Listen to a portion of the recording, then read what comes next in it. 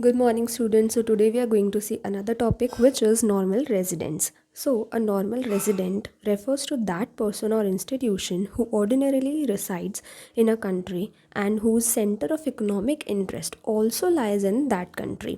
यानी कि दो कंडीशंस हो गई। पहली तो क्या कि वो वहाँ पे रहना तो चाहिए, है ना, उस डोमेस्टिक टेरिटरी या डोमेस्टिक कंट्री में या किसी भी कंट्री में वो रेजिडेंट जो है वो रहना चाहिए, यानी कि ऑर्डिनरीली रिसाइड करना चाहिए, ठीक है। और दूसरी कंडीशन कि उसका जो इकोनॉमिक इंटरेस्ट है, यानी कि उसकी जो भी इनकम है, जिस भी सोर्सेज से वो कर रहा हो, कोई भी जॉब वगैरह, वो उसी कंट्री से होनी चाहिए। ओके, तो ये दो कंडीशंस हो गई। अगर ये दोनों कंडीशन किसी ने फुलफ़िल कर दी तो वो हमारा नॉर्मल रेजिडेंट माना जाएगा। ओके, चलिए तो यहाँ पे हम और डीप में देखते हैं कि दो conditions of being a normal resident, ठीक है। दो कंडीशंस है नॉर्मल रेजिडेंट होने की। फर्स्ट आती है must ordinarily reside in the country, ठीक है, रहना तो चाहिए। दूसरा, economic interest must lie in that country, ठीक है।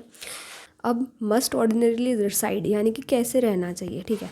सो द पर्सन और इंस्टीट्यूशन यानी कि company, business is located with in the political frontiers. एक तो क्या होना चाहिए, पॉलिटिकल फ्रंटियर के अंदर अंदर होना चाहिए।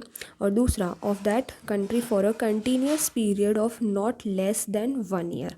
अब नॉट लेस देन यानी कि क्या हो गया, मोर देन 1 ईयर, ठीक है। यानी कि मोर देन 1 ईयर यानी कि 1 साल के अंदर अंदर अगर वो कहीं और शिफ्ट हो गया, दूसरी कंट्री में शिफ्ट हो गया, तो वो नॉर्मल रेजिडेंट में काउंट नहीं होगा, ठीक है। लेकिन अगर वो 1 साल या फिर उससे ज़्यादा रहता है वो रेजिडेंट वहाँ पे उस कंट्री में, तभी वो उस कंट्री का नॉर्मल रेजिडेंट माना जाएगा, वरना नहीं माना जाएगा।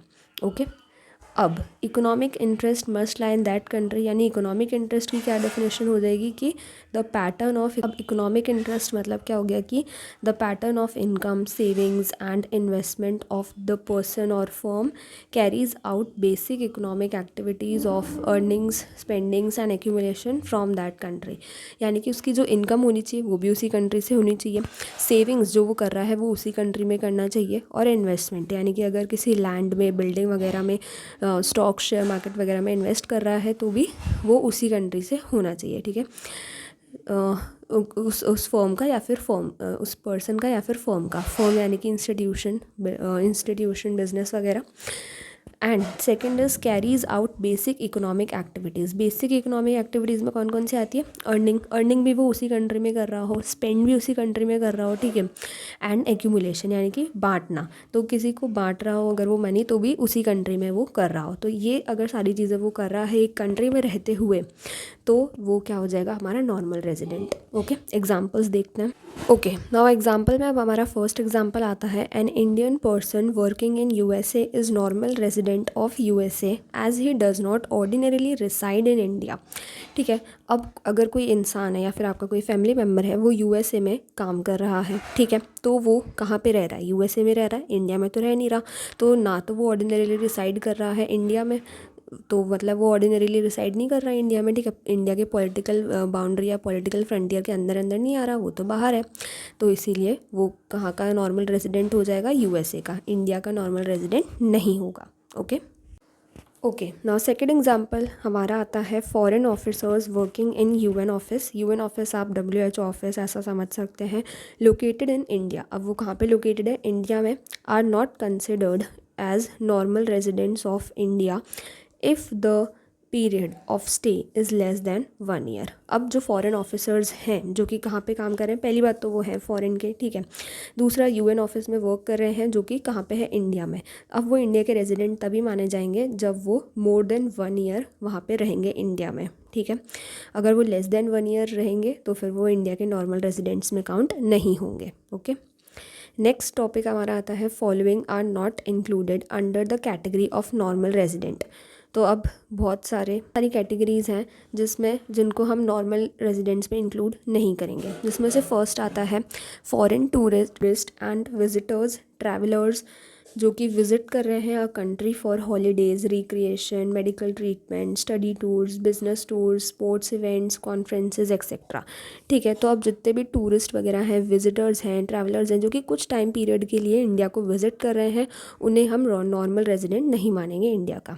ओके, नाउ सेकंड इसमें आता है foreign staff of embassies, officials, diplomats and members of the armed forces of a foreign country located in India, located in the given country.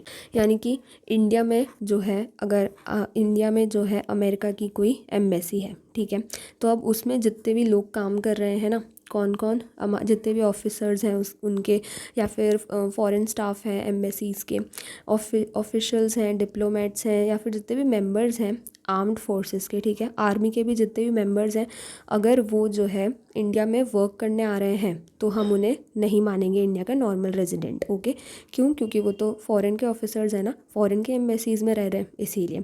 या और अगर आर्मी के जितने भी लोग हैं वो अगर काम करने के लिए आ रहे हैं तो हम उन्हें नहीं मानेंगे इंडिया का नॉर्मल रेजिडेंट। ओके, थर्ड आता है एम्प्लॉयज़ ऑफ इंटरनेशनल ऑर्गेनाइजेशंस। अब इंटरनेशनल ऑर्गेनाइजेशंस यानी कि UNO, WHO etcetera are not considered as normal residents of the country in which they operate, but considered if more than 1 year. अब ये लोग जो है वो कंसिडर कर लिए जाएंगे।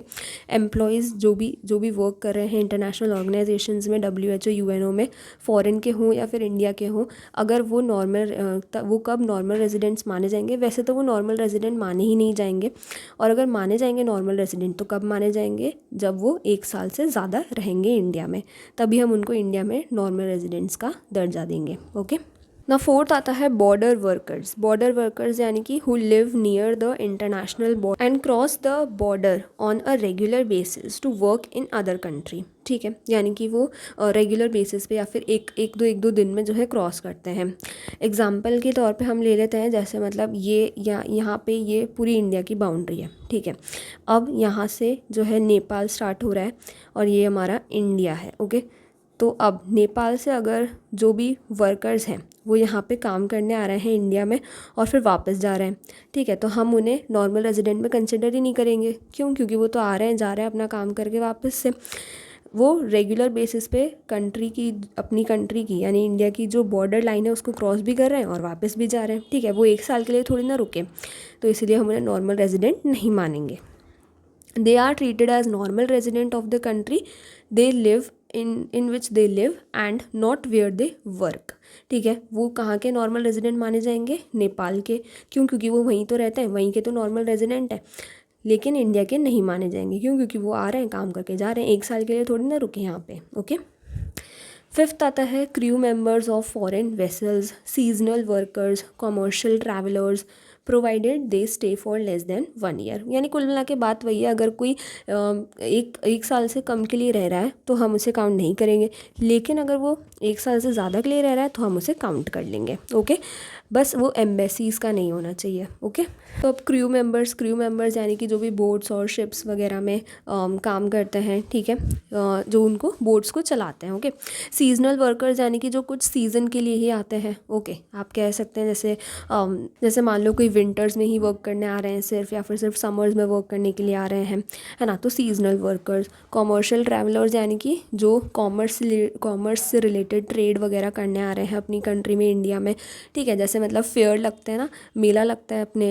इंडिया में, बहुत सारे मेले लगते हैं, तो अगर उसमें कोई आ रहा है सीजनल वर्क करने के लिए, अपनी दुकान लगाने के लिए या फिर कुछ सेल करने के लिए, तब हम उसे कंसिडर नहीं करेंगे। ठीक है, हाँ, अगर वो 1 साल से ज़्यादा के लिए रुक जाते हैं तो हम उन्हें कंसिडर कर लेंगे, 1 साल से कम के लिए रुक रहे हैं तो हम उन्हें कंसिडर नहीं करेंगे। ओके, तो ये हमारा नॉर्मल रेजिडेंट्स का टॉपिक कंप्लीट हो गया है। आप लोग मुझे डाउट पूछ लीजिएगा कमेंट सेक्शन में अगर कोई हो तो।